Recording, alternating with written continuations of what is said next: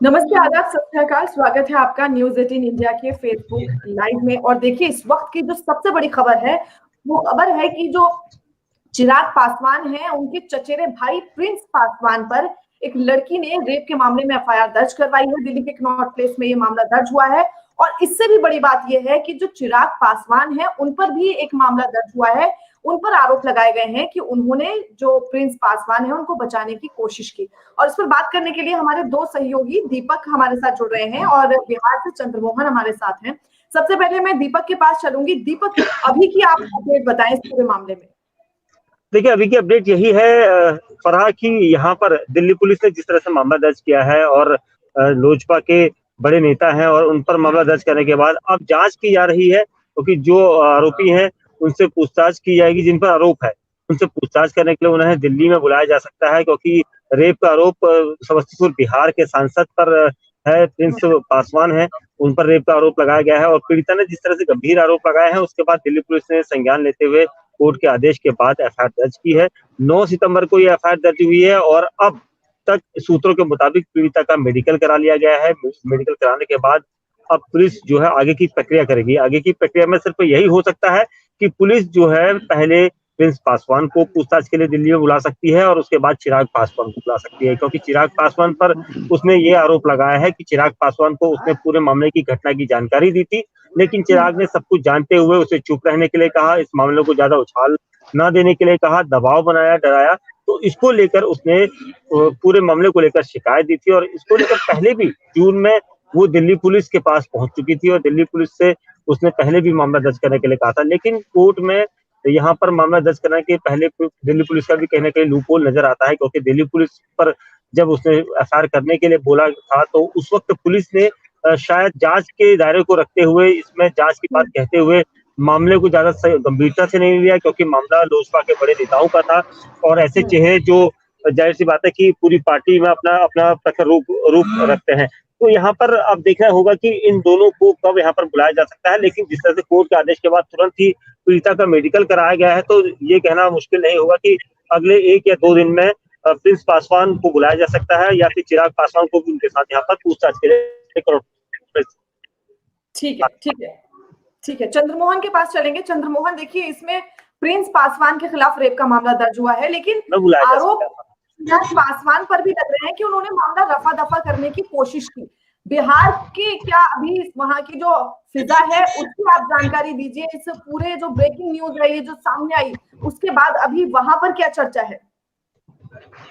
बिल्कुल, देखिए, चिराग पासवान के ऊपर जो आरोप लगे हैं कि इन्होंने जब इनके सामने पूरा मामला आया तो उसको इन्होंने दबाने की कोशिश की और साथ ही जो पीड़िता है उसको इन्होंने धमकी दिया कि अगर वो इस पूरे मामले को थाने तक लेके जाएंगी तो उनका वीडियो वो वायरल कर देंगे। दोनों भाइयों पर यह सीधे तौर पर आरोप है। तो ऐसे में अब चिराग पासवान जब घर से निकलते हैं अपने, तो वो क्या जवाब देंगे ये देखना होगा। लेकिन सबसे बड़ी बात यह है कि चिराग पासवान जिस तरह से बिहार में चुनाव के दौरान नीतीश कुमार को आड़े हाथों लेते रहे हैं, ऐसे में अब जो जेडीयू के नेता हैं उनको एक मौका मिल गया है और ऐसे में इस मौके को वो अपने हाथ से जाने नहीं देंगे। अभी हम मौजूद हैं चिराग पासवान के घर पर। आप तस्वीरों में भी साफ तौर पर देख सकते हैं, ये चिराग पासवान का घर है जहां पर वो घर के अंदर मौजूद है। उनकी गाड़ी लगी हुई है और 11 बजे के करीब ये कहा जा रहा है कि वो मुलाकात करेंगे। तो मुलाकात के बाद वो क्या कहते हैं ये सबसे अहम होगा। लेकिन इतना जरूर है कि अगर चिराग पासवान पर कुछ आरोप लगे हैं तो उसको लेकर कहीं ना कहीं जो उनके विरोधी खेमे के नेता हैं ये जरूर सवाल खड़ा करेंगे कि इनके खिलाफ कार्रवाई होनी चाहिए। क्योंकि जब प्रिंस पासवान पर यह आरोप लगा, किसी लड़की ने यह आरोप लगाया कि उन्होंने उसके साथ रेप करने की कोशिश की है, रेप किया है, तो ऐसे में जब यह मामला चिराग पासवान के पास पहुंचा तो उन्होंने इसे थाने तक पहुंचाने की कोशिश क्यों नहीं की? इस पूरे मामले को दबाने की कोशिश क्यों की गई? तो जाहिर सी बात है सवाल उठेंगे। तो अब चिराग पासवान क्या जवाब देते हैं ये सबसे अहम होगा। लेकिन बिहार की फिजा में इतना जरूर है कि चिराग पासवान जिस तरह से नीतीश सरकार पर सवाल खड़े करते रहे हैं चुनाव के दौरान, तो ऐसे में अब चिराग पासवान के ऊपर आरोप लगे हैं तो सवाल इनके ऊपर भी उठेंगे कि आखिर जब इनके पास यह मामला आया तो इन्होंने आगे की कार्रवाई क्यों नहीं की, क्यों भाई को बचाने की कोशिश की। तो अब तो इनके ऊपर सीधे तौर पर यह आरोप बचाने का और जो पीड़िता है उसको धमकाने का लगा है, तो ये भी सवालों के घेरे में है। ठीक है, और अब से कुछ ही देर में जैसे चंद्रमोहन ने बताया कि 11 बजे जो चिराग पासवान है वो अपना जो पक्ष है वो रखेंगे। और दीपक देखिए, ये जो पूरा मामला है इसके तार कहीं ना कहीं आपस में जुड़े हुए हैं। ये बात भी सामने आ रही है कि जो प्रिंस पासवान है उन्होंने ये जो महिला है जिसने शिकायत की है इसके खिलाफ भी एक केस दर्ज करवाया था वसूली का। वो क्या केस था, उसके बारे में क्या जानकारी है? देखिए, ये केस यहाँ पर दर्ज नहीं करवाया गया था, ये बिहार में दर्ज करवाया गया था, क्योंकि इसको लेकर क्या किस तरह की मामला है इसको लेकर चंद्रमोहन ज्यादा जल्दी बता सकते हैं। लेकिन सबसे पहले मैं बता दूं कि अगर दिल्ली पुलिस जांच करेगी तो वहां पर इस केस से संबंधित भी पूछताछ करेगी, क्योंकि जरूरी है पूछताछ करना, क्योंकि जिस तरह से राजनेता है, बड़े नेता है, सांसद है, उन्होंने अगर इस तरह का गंभीर आरोप लगाने वाली महिला के खिलाफ भी मामला दर्ज करवाने की बात की गई थी, शिकायत दी गई थी, तो इस पूरे मामले में दिल्ली पुलिस दोनों पक्षों की तरफ से जो दी गई शिकायत है उसको गौर करते हुए आगे बढ़ेगी। और सबसे अहम चीज यही है कि जब ब्लैकमेलिंग और इस तरह से जबरन वसूली के आरोप लगाए गए थे प्रिंस पासवान के जरिए, तो कहीं ना कहीं इसमें कुछ ना कुछ उन्होंने देखा होगा। लेकिन अब जिस तरह से कोर्ट के द्वारा इस पूरे मामले पर संज्ञान लेते हुए मामला दर्ज करवाया गया है, तो अब वो बात पीछे रह जाती, लेकिन पुलिस उस मामले को भी लेकर यहाँ पर जांच में आगे की कार्रवाई कर सकती है। दीपक देखिए, ये है कि जिस तरह से मामला सामने आया है, तो कब तक ये कयास लगाए जा सकते हैं कि चिराग और प्रिंस को बुलाया जा सकता है, और क्या दोनों को एक साथ बुलाया जाएगा या फिर अलग अलग पूछताछ के लिए बुलाया जाएगा?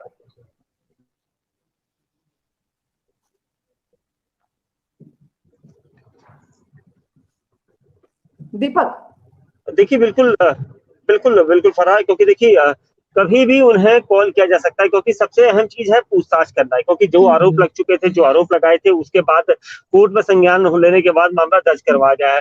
कनॉट प्लेस थाना पुलिस ने इतनी जल्दी से कार्रवाई करी है, क्योंकि जो कार्रवाई पहले होनी चाहिए थी अभी नहीं हुई, और उसके बाद अब 9 सितंबर को माननीय कोर्ट के आदेश के बाद ही इस पूरे मामले पर एफआईआर दर्ज कर ली गई है।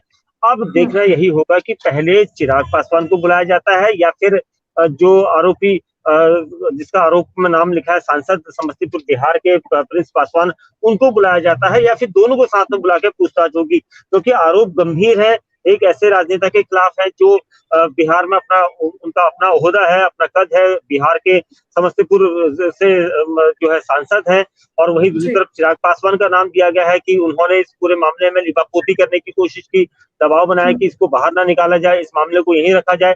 तो इस तरह के आरोप होने के बाद और एफआईआर में इनके नाम होने के बाद कहीं ना कहीं ये कयास जरूर लगने शुरू हो गए हैं कि इनको कब दिल्ली बुलाया जाएगा, लेकिन ये है कि जल्द ही इन्हें दिल्ली में कनॉट प्लेस थाने में बुलाया जा सकता है, बुलाया जाएगा, और तमाम फिर सवाल जवाब होंगे। चंद्रमोहन देखिए, जो मेरा सवाल ये था कि प्रिंस ने इस महिला के खिलाफ वसूली का मामला भी दर्ज करवाया है, तो ये क्या मामला था, और ये महिला जो है जिसने शिकायत करवाई है, किस तरह से इन लोगों के संपर्क में आई, इसके बारे में आप हमारे दर्शकों को जानकारी दें।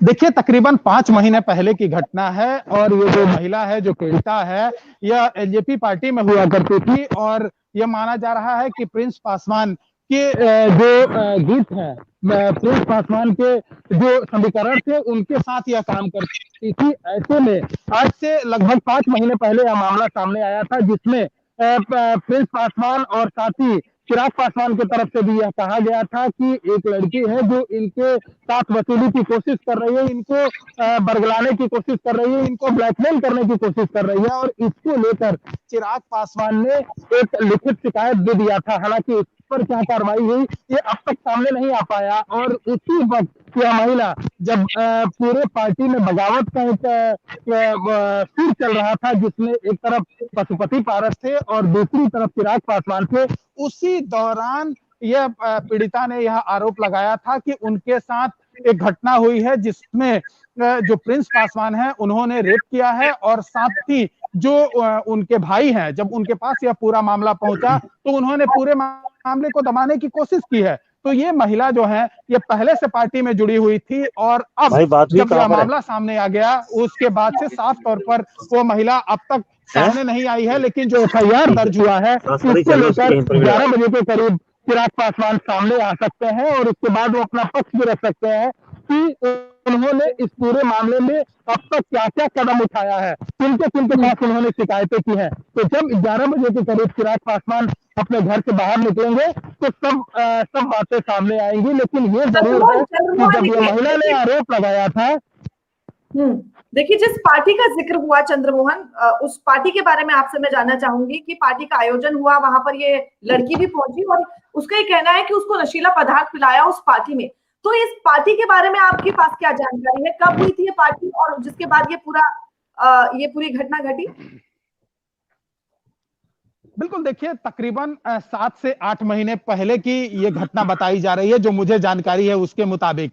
और उसके बाद से ही जो पीड़िता है वो चिराग पासवान के पास पहले गई, और जो मुझे जानकारी है उसके मुताबिक जो इनके चाचा है उनके पास भी वो जाने की कोशिश की थी, ये पूरे मामले को उनको बताने की कोशिश की थी। लेकिन जो जानकारी मिली है उसके मुताबिक चिराग पासवान ने साफ तौर पर यह कहा था कि यह मामला अगर वो आगे लेकर जाएंगी तो उनको महंगा पड़ सकता है। और शायद यही वजह है कि वो लड़की जो पीड़िता है वो कहीं जाने की अगर कोशिश भी करती थी तो उसके मन में डर कहीं ना कहीं मन में बना हुआ था। और 5 महीने पहले वो सामने आई और साफ तौर पर उन्होंने ये कहा कि वो दिल्ली के कनॉट प्लेस थाने में जाकर अपनी शिकायत दर्ज कराने की कोशिश की थी, लेकिन उनकी नहीं सुनी गई और उसके बाद उसने कोर्ट का दरवाजा खटखटाया। तो अब कोर्ट के आदेश पर यह एफआईआर दर्ज किया गया है, जिसमें सीधे तौर पर प्रिंस पासवान पर रेप का आरोप है, जबकि चिराग पासवान पर इस पूरे मामले पर पर्दा डालने का आरोप है।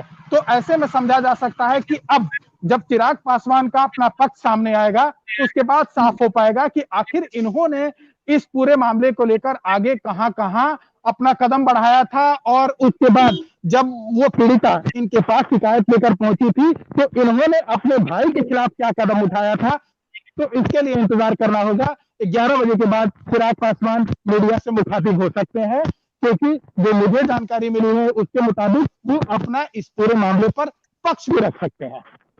ठीक है, ठीक है दीपक, देखिए ये जो पूरा मामला है इसमें एफआईआर दर्ज हुई है और जब एफआईआर दर्ज हुई है तो बहुत सारे पहलुओं के बाद ही एफआईआर दर्ज होती है और इसमें सबसे बड़ी बात यह है कि जो चिराग पासवान है उन पर ये आरोप लगाया जा रहा है कि जो भाई हैं प्रिंस पासवान उनको बचाने की कोशिश की। तो अब ऐसे में चिराग पासवान के ऊपर क्या क्या आरोप लगे हैं वो आप हमें, जो हमारे दर्शक हैं उनको बताइए थोड़ा।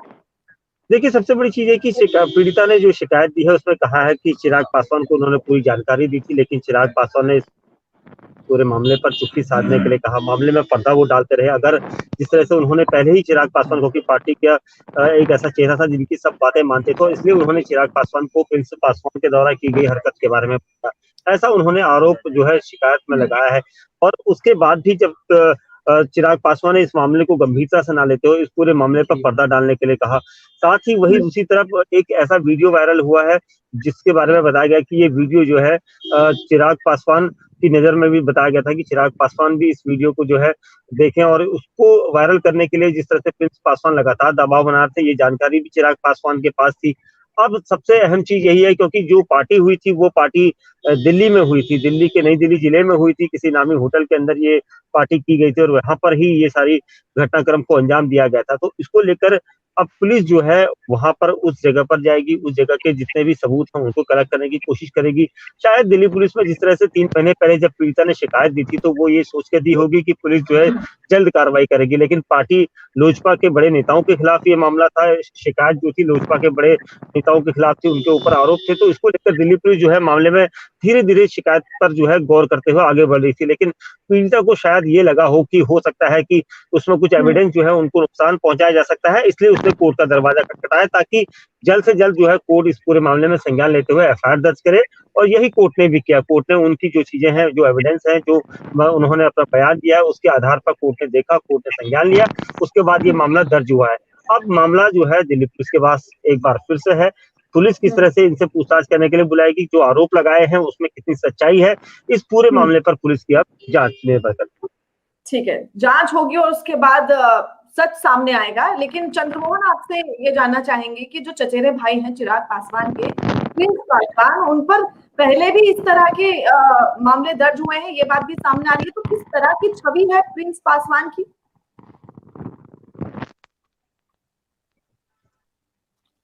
बिल्कुल, देखिए अब तक जो जानकारी है उसके मुताबिक ऐसे कोई आरोप उनके सामने अब तक नहीं परिवार वालों के सामने आया है और नहीं थाने तक पहुंची है। हाँ, इतना जरूर है कि इस मामले के सामने आने के बाद परिवार वालों ने क्या कदम उठाया ये सबसे अहम माना जा रहा है, क्योंकि अब तक प्रिंस पर ऐसी कोई आरोप नहीं लगे हैं और जो पार्टी के नेता हैं वो भी साफ तौर पर यह कह रहे हैं कि नहीं चिराग पासवान के ऊपर ऐसे कोई आरोप लगे हैं, ताकि अब जब यह मामला सामने आया है तो ये जांच होगी कि आखिर किस तरह से चिराग पासवान के पास जब यह पूरा मामला आया तो उन्होंने रोकने की कोशिश की, इस पूरे मामले को दबाने की कोशिश की, और उसके बाद जब उनके परिवार के लोगों से संपर्क किया गया तो क्या कदम उठाया गया, ये सबसे अहम माना जा रहा है।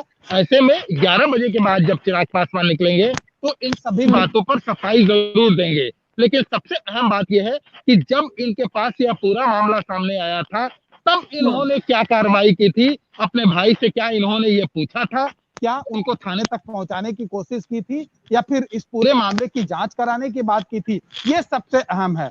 तो अब इंतजार किया जा रहा है, अभी हम उन्हीं के घर के पास मौजूद हैं, जब वो बाहर निकलेंगे तब यह साफ होगा कि आखिर हकीकत क्या है, जो आरोप लग रहे हैं उसको लेकर चिराग पासवान क्या सफाई देते हैं और आगे किस तरह से बढ़ते हैं। ठीक है, बहुत बहुत शुक्रिया चंद्रमोहन आपका और दीपक आपका। तो ये देखिए अब जो सबकी निगाहें हैं आपसे कुछ ही मिनट में, जैसे चंद्रमोहन ने बताया कि 11 बजे वो चिराग पासवान अपना पक्ष रखेंगे और हमारे जो सहयोगी हैं दीपक उन्होंने बताया कि अब इस मामले में आगे की तस्वीर किस तरह से बनेगी। तो ये जो हमारा लाइव था चिराग पासवान और उनके चचेरे भाई जो इस वक्त सुर्खियों में है उस पर था। तमाम जानकारी के लिए दीपक आपका और चंद्रमोहन आपका बहुत बहुत शुक्रिया और उम्मीद करते हैं ये लाइव हमारे दर्शकों को बहुत पसंद आया होगा। बहुत बहुत शुक्रिया।